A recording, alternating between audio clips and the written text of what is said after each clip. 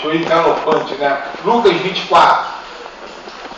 Mateus, Marcos, Lucas 24.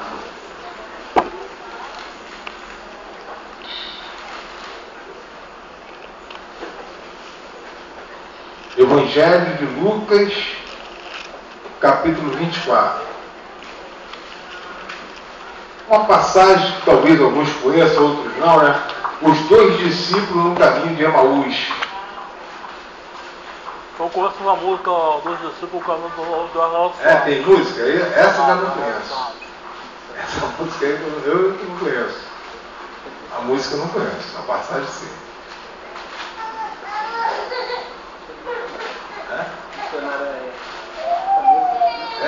Essa eu nem conheço. É de chefe, então assim, eu não conheço mesmo não. Mas eu também não conheço tudo, né? Me ajuda aí, né? Tem muito hino aí, né? Muito. Pessoal, nós estamos começando hoje um propósito. Que tem o nome Pão da Revelação. E esse propósito está sobre essa passagem que estaremos agora anunciando. Versículo 13. Eis que no mesmo dia iam dois deles para a aldeia que distava de Jerusalém, 60 estádios, cujo nome era Emaús. 60 estádios dá mais ou menos 6 quilômetros, né? E um falando entre si de tudo aquilo que havia sucedido. E aconteceu que, indo eles falando entre si, fazendo perguntas um ao outro, o mesmo Jesus se aproximou e ia com eles. Mas os olhos deles estavam o que, gente? Fechados, não é isso? Fechados. 16? Para que não o conhecessem. E ele lhes disse: que palavras são essas que caminhando trocais entre vós, e por que estáis tristes? E respondendo um, cujo nome era Cleópas, disse-lhe: és tu só peregrino em Jerusalém, e não sabeis as coisas que nela têm sucedido nesses dias? E ele lhes perguntou: quais? E eles lhe disseram: a que diz a respeito de Jesus o Nazareno, que foi um profeta poderoso em obras e palavras diante de Deus e de todo o povo, e como os principais dos sacerdotes e os nossos príncipes o entregaram o que, gente? De morte. E o que mesmo? Pessoal, vamos entender isso aqui. Dois discípulos, que não era nenhum dos 12, estavam caminhando e conversando sobre a crucificação, sobre a morte de Jesus. E Jesus entrou no meio da conversa e eles não reconheceram. O que me chama a atenção aqui é que diz que eles estavam o quê? Tristes. E quando a pessoa ela está triste, chateada, carregando dentro de si algum impasse, fica muito difícil dela enxergar alguma coisa além dos olhos dela. Isso é a realidade. Quando a pessoa está o quê? Furiosa, ela raciocina direito? Não. Quando a pessoa está entristecida com alguma coisa, com alguém, ela raciocina direito? Não.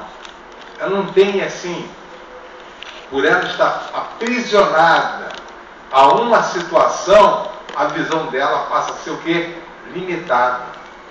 Então a pessoa passa a andar e agir de forma natural. Foi o que aconteceu com eles aqui. E uma outra situação que me chama a atenção, que o que mais tem é pastor covarde, isso é uma realidade, que tentam falar que foi os romanos que crucificaram Jesus, quando na verdade quem crucificou Jesus foi a própria igreja, e aqui está bem claro isso, está muito claro isso. Por quê? Porque não havia interesse da igreja que Jesus realmente continuasse fazendo o que ele vinha fazendo. Porque naquela época, as autoridades eclesiásticas, elas estavam muito distantes de Deus, porque elas amavam mais o sistema, o bem-estar, do que os ensinamentos de Deus. E foi o que aconteceu depois, quando a igreja mais na frente se uniu com o Estado. Aí que acabou mesmo, quem conhece um pouquinho de história eclesiástica, teve um certo momento aí, que não foi um momento curto, foi um momento longo, que quem era pobre nem entrava da porta para dentro, ficava só da porta para fora. Por quê?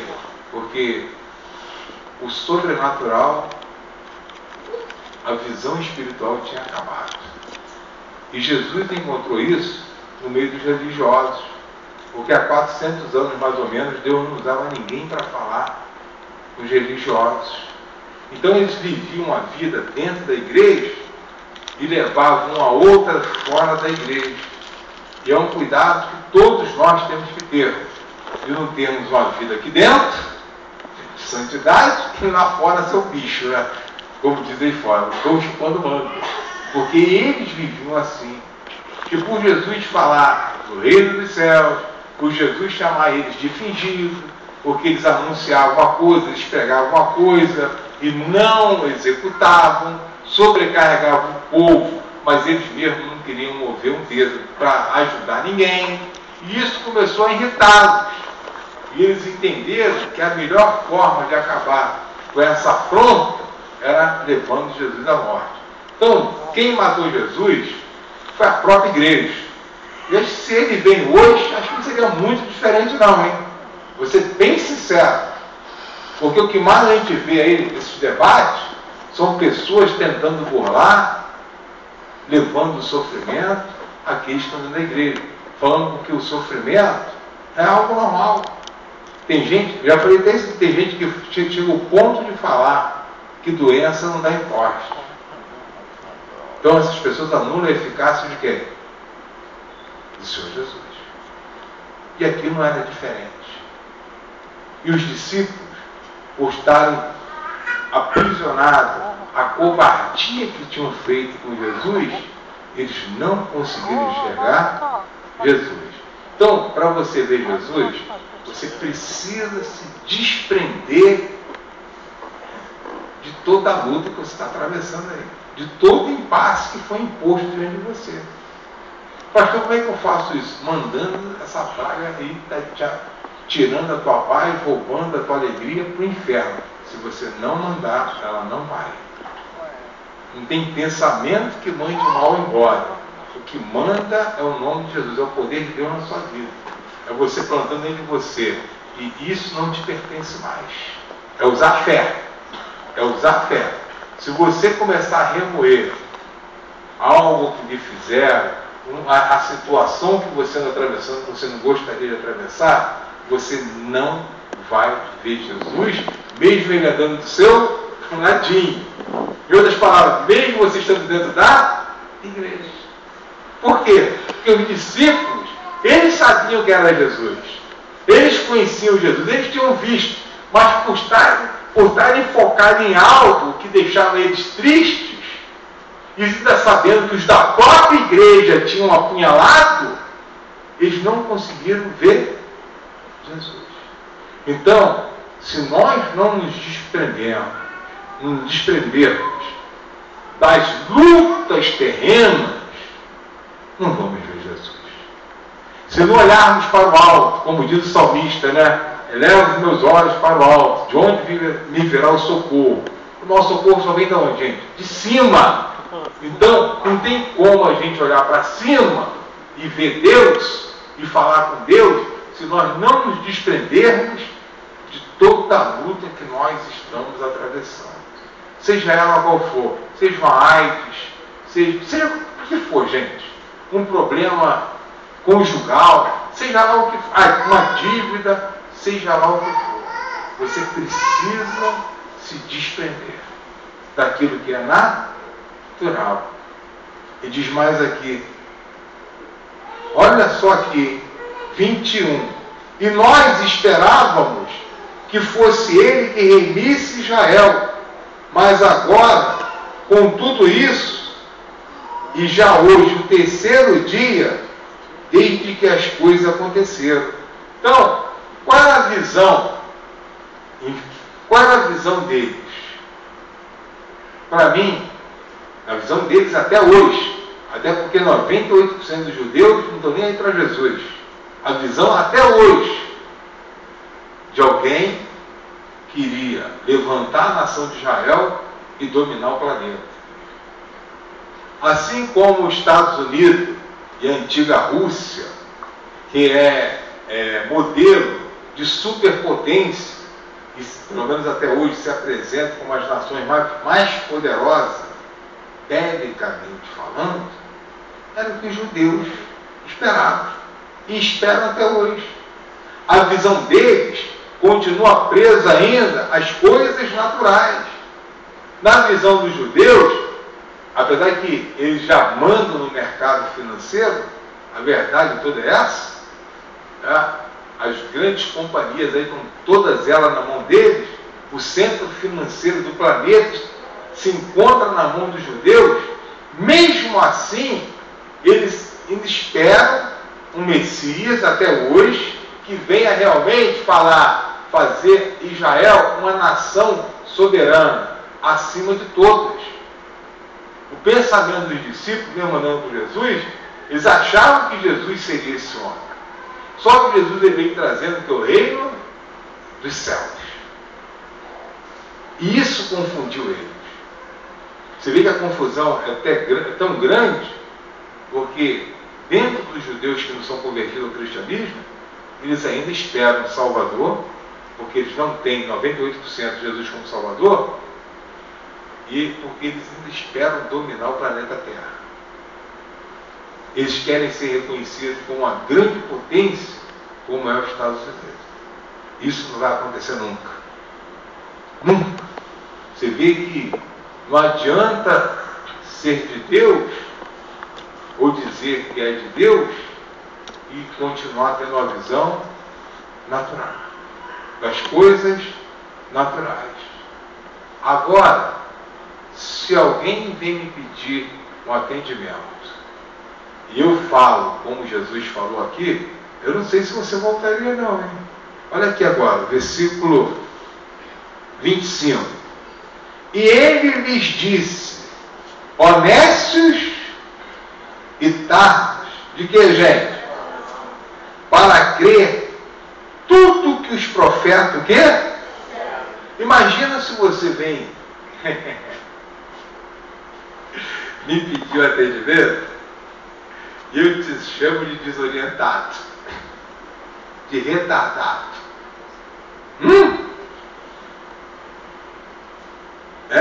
De raciocínio lento. Vai ficar uma fera comigo. Para pensar nisso. Se você chega para mim, ou alguém chega para mim, e eu falo, você é um desavisado, tu está passando por isso, porque você está aí. Está aqui, é como se não tivesse tão desavisado. A pessoa ia ficar furiosa. E eu não sei se voltaria mais para ele. Daí ia meter o porrete no pastor lá fora. Já pensou alguém chamando, um pastor chamando uma ovelha de retardado? Sabe por que tu está nessa? Tu está retardado? Para pensar nisso, gente. Quem ficaria? Aí eu ficaria, não, glória a Deus. Mas eu não vou te chamar de retardado, não. Mas Jesus me chamou. Lento de raciocínio, desavisado, sem juízo, desorientado. E ele falou isso, sabe para quem? Para dois que eram discípulos. Honestos e tardos de coração. Por quê? Porque não estavam conseguindo entender o espiritual. Andaram com ele, mas falando e respirando a mesma coisa que qualquer um lá fora respiraria ou falaria. Por isso que vem dizendo, porventura, 26. Deixa eu terminar aqui. E eles disse, honestos e tardos de coração, para crer tudo o que os profetas disseram. Porventura não convinha que Cristo padecesse essas coisas e entrasse na sua glória? E começando por Moisés e por todos os profetas, explicavam-lhes o que dele se achava em todas as Escrituras. E chegaram à aldeia para onde ia, e ele fez como quem ia para longe, e eles o constrangeram, dizendo: fica conosco, porque já é tarde, e já declinou o dia, e entrou para ficar com eles. Gente, botar alguém dentro de casa hoje também é um desafio, hein? Os camaradas tomaram um salavanco. Olha, vocês esqueceram de tudo que foi ensinado. Vocês esqueceram do que os profetas falaram, do que Moisés falou. Todo o Antigo Testamento fala da vinda de Jesus, o que iria acontecer com ele. E a noite tinha caído. E não havia naquela época light, nem ampla. Era um breu. E eles tinham chegado na aldeia. Você vê que eram discípulos, mas eram pessoas simples. Mas eram discípulos. E por ter caído a noite, mesmo a princípio Jesus sendo estranho para eles, porque estavam presos ao plano natural, eles convidaram Jesus para dormir na casa. Quem faz isso hoje, gente? De sã consciência, botar um estranho para dormir em casa. Até um ou outro, é muito difícil. Mas os discípulos fizeram isso. Aí vem aqui agora, 30. E aconteceu que, estando com eles à mesa, tomando o pão, o abençoou, o partiu e lhe deu. Pessoal, olha só. Uma coisa que precisa ser prática na nossa vida aqui: abençoar o alimento. Pastor, mas o salário que eu tenho hoje foi com os meus esforços. É verdade. Mas se Deus quiser tirar teu espírito, teus esforços, nada é a mesma coisa. Então, tudo que vem na nossa mão, de bênção, né? Não de Jesus, de bênção. E nós devemos agradecer. Você comprou um apartamento, você comprou um carro, você conseguiu um salário, você lutou para conquistar alguma coisa, até o alimento está diante de você. É Deus, gente.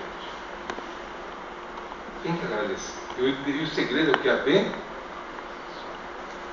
Para quem ainda não vem me fazer mal. Às vezes você vê muita gente passando mal aí, porque comeu alguma coisa na rua, mas se tivesse abençoado, não estaria passando mal. Você vê que os próprios evangélicos não têm esse hábito no dia de hoje. De agradecer a Deus, de abençoar. Meu Deus, coloque aqui o seu poder, abençoe esse alimento, que não venha me fazer mal, que nada venha acontecer de errado comigo. E agradecer a Deus pelo pão de cada dia, né? Pelo pão de cada dia. Isso tem que ser uma prática de quem está com Deus. As pessoas vão rir de mim se eu agradecer na rua. Me ajuda aí, gente. Me ajuda aí. Você tem que fazer a sua parte com Deus. Pastor, mas se eu for abençoar na minha casa, a minha família vai rir de mim. Então não vão se arrepender nunca. Não vão se converter nunca. Então, abençoar o alimento, se Jesus abençoava, quem somos nós para não abençoar? Se ele agradecia a Deus porque ele sabia que aquele pão que estava ali diante dele, mesmo sendo na casa de 2 discípulos que não estavam conhecendo, ele sabia que era dádiva de Deus, quem somos nós para não reconhecermos isso? Então, na hora de comer, agradeça a Deus. Agradeça a Deus. Isso não é um costume norte-americano. O pastor vendo esses filmes antigos norte-americanos, o pessoal orava antes de se alimentar. É verdade. Mas, ainda que eles estejam hoje um pouco afastados de Deus, os americanos, mas os princípios bíblicos eles carregam dentro deles. Eles carregam. eles carregam. Porque eles entendem que o pão, o alimento, só é possível estar na mesa deles. A gente vê muito isso em filme, né? O pessoal abençoando. Às vezes o cara mal brutamonte lá, quando é filme de banco, o camarada mó assassino, mas na hora do pão, do alimento está lá abençoando. Porque até o cara sendo mal entende que aquilo só é possível porque Deus assim o permitiu. Então por isso Jesus ele abençoou o pão, ele sabia que era dádiva de Deus. Agora vem o foco de hoje aqui, né?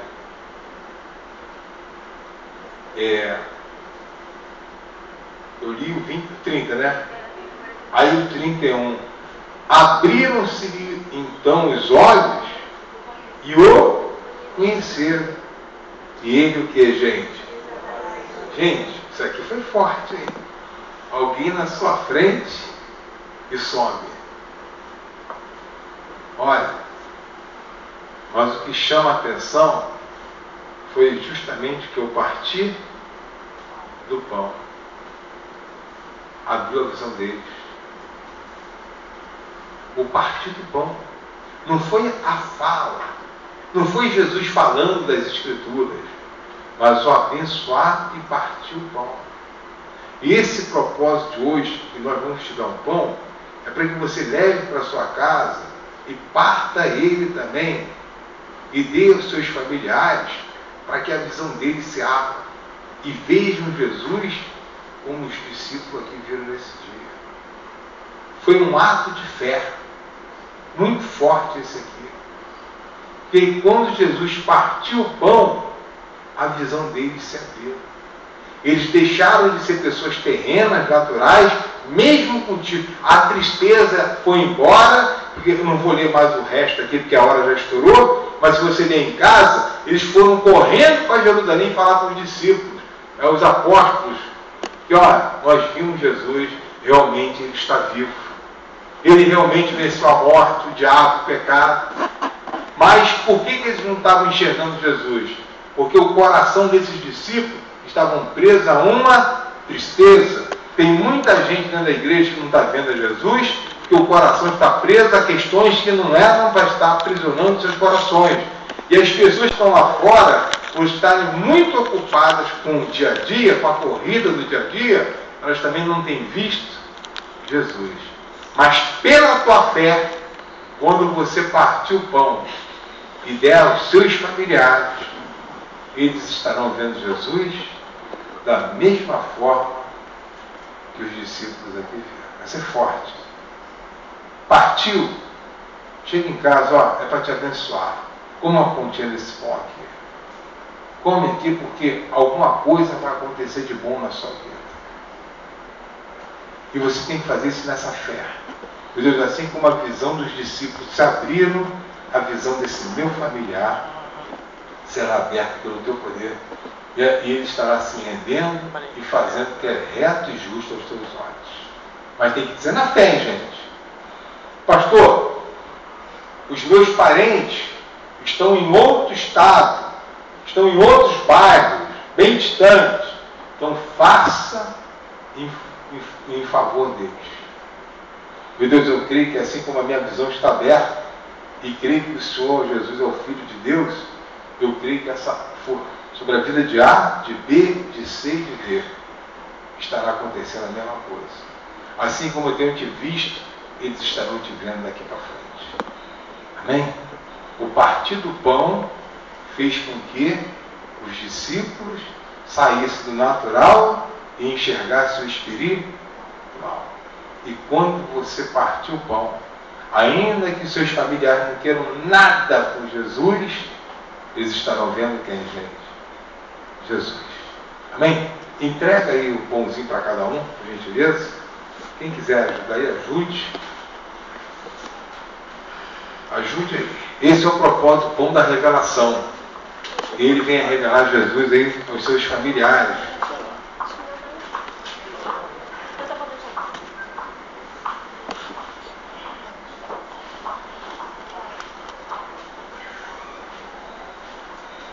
Tem criança lá em cima, não tem? Tem, né? Era muita? Era bom até dar um pãozinho desse para as crianças, hein? Vamos orar. Não é verdade? Dá lá para as crianças decorar. E pede para as criancinhas dividir em casa com seus pais.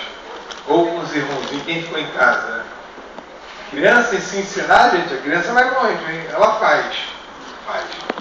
A criança faz.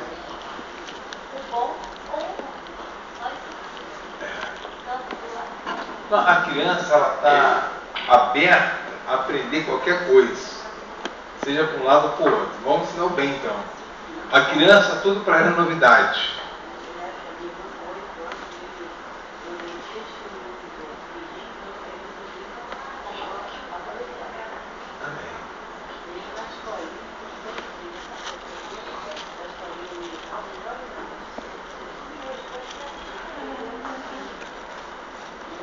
Se lembrar para as crianças. Sobrou pão aí? Alguém quer mais um pãozinho, gente? Todos pegaram, gente? Hã? Leva devagar aí. Senão vai ficar só aqui na frente. Senão vai ficar só aqui, gente. Espera aí. Deixa eu ver alguém para servir aqui. Pastor, serve aqui, senão o pão não sai nem daqui mais. Só o louvor segura tudo.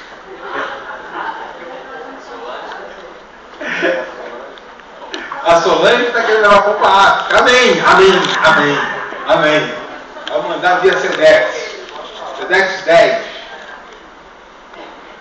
A família é grande. Ó, a família é grande. Ó, você que recebeu o pão, preste atenção aqui. Você está vendo meu dedo aqui? Está vendo? Está vendo? Menos da metade do pão, não é isso? Quando eu fui das Forças Armadas, pegaram um pedacinho de pão assim. Para 170 homens comer esse pão. Eu, como era alto, eu sou alto, graças a Deus, eu fui um dos primeiros. Ali foi tranquilo. Eu era um dos mais altos, eu era o quinto. O quarto ou quinto mais alto do grupo. Para mim foi moleza. Mas quando esse pão chegou do meio para trás, só tinha baba. Porque eu vi a gente fazendo ânsia de vômito lá e tinha que botar na boca. Porque lá eles diziam o seguinte: você tem que repartir o que você tem. Eu só sei que eu só vi a gente fazendo ânsia de vômito lá, porque quando, e tinha que botar na boca aquela baba. Porque no começo tá fresquinho, né? Tu tirou a lasquinha, tu vira, tu tirou a lasquinha no quarto, quinto, para mim foi embora. Mas do meio para trás, só via de... Come! E aí, o duro foi o último. Aquele miolo todo babado. Teve que engolir, menorzinho de todo, né? Teve que engolir isso, gente. Deus me livre. E o pessoal fala que não é moleza, né? Mulher ainda gosta de farda. Deus me livre. Tem testemunha, né? Vamos ficar de pé? Vem aqui na frente. Gente,